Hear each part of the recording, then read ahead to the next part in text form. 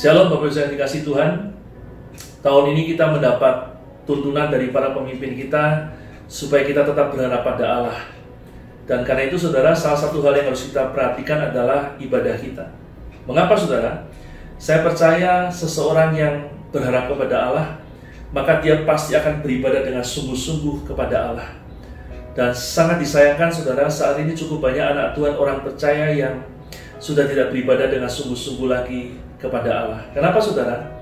Karena buat mereka ibadah sudah menjadi sesuatu yang biasa, sehingga tidak menarik lagi, dan karena itu dilakukan ala kadarnya.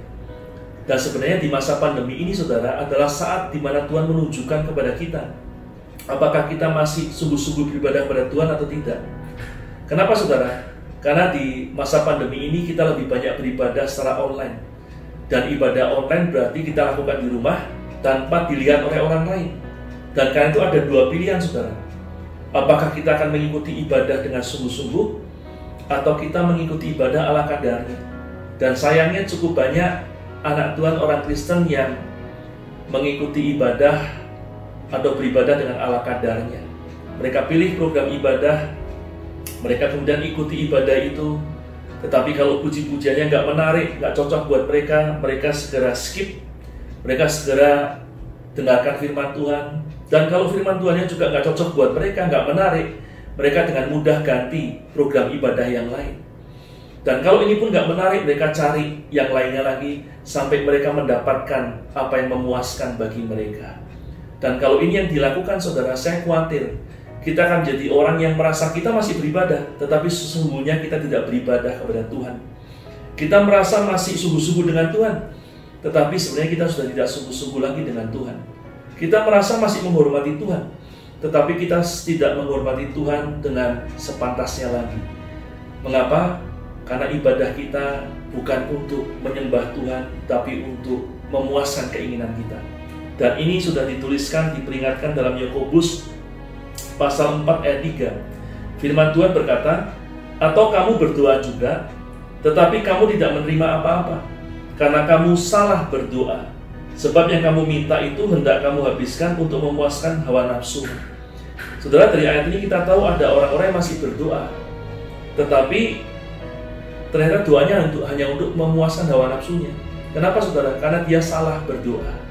Nah demikian juga saudara, masih ada orang-orang yang seperti ini. Artinya ada orang-orang yang ibadahnya hanya untuk memuaskan hawa nafsunya, sehingga ibadahnya salah saudara.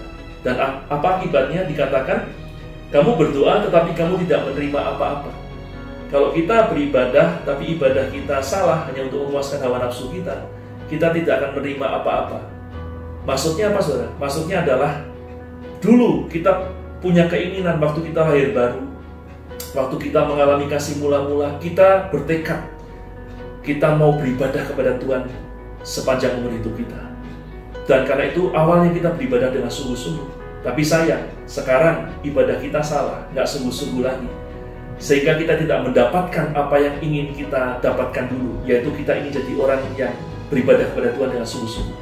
Karena ibadah kita hari ini sudah tidak sungguh-sungguh lagi. Dan karena itu saudara, 1 Timotius pasal 6 ayat 6 berkata begini, "Memang ibadah kalau disertai rasa cukup itu memberi keuntungan besar." Artinya supaya ibadah benar-benar menjadi berkat buat kita, sehingga kita jadi orang yang beribadah kepada Tuhan, menyembah Tuhan, berharap kepada Tuhan, maka ibadah kita harus disertai dengan rasa cukup. Rasa cukup dalam bahasa Inggrisnya disebutkan rasa puas. Artinya kalau ibadah kita mau sungguh-sungguh jadi ibadah untuk menyembah Tuhan saudara, maka harus disertai dengan rasa puas.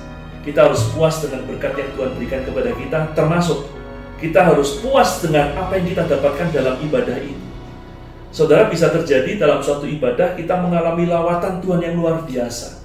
Kita diberkati luar biasa, kita dijamah Tuhan luar biasa, dan kita bersyukur kalau hal itu terjadi. Tetapi bisa terjadi saudara, dalam satu ibadah kita tidak mengalami apa yang kita alami di ibadah sebelumnya. Mungkin di satu ibadah kita hanya biasa-biasa saja. Tetapi saudara, kalaupun itu yang terjadi, maka kita harus tetap puas dengan ibadah yang kita jalani tadi. Dengan demikian kita bisa tenang menjalani ibadah kita untuk menyembah Tuhan, bukan untuk memuaskan hawa nafsu kita. Dan kalau ini yang kita lakukan, saudara, maka kita jadi orang-orang yang sungguh-sungguh beribadah kepada Tuhan, sehingga nyata terbukti bahwa kita berharap kepada Tuhan. Dan karena itu, saudara, kita harus ikuti ibadah dengan iman, bukan dengan perasaan. Bagaimanapun jalannya sebuah ibadah, bagaimanapun ibadah online yang kita ikuti, saudara, maka waktu kita ikuti dengan baik, sebagaimana seharusnya sebuah ibadah, maka ibadah itu akan memberi berkat buat kita. Kita jangan dipimpin oleh perasaan dalam beribadah, tapi kita harus dipimpin oleh iman. Dengan iman kita percaya, ibadah yang kita jalani pasti akan membawa berkat bagi kita. Dan karena itu mari saudara berdoa bersama dengan saya, supaya Roh Kudus menolong kita untuk kita berjalan dengan iman, sehingga kita bisa beribadah dengan tenang, dan ibadah kita mempermuliakan Tuhan. Mari satukan hati.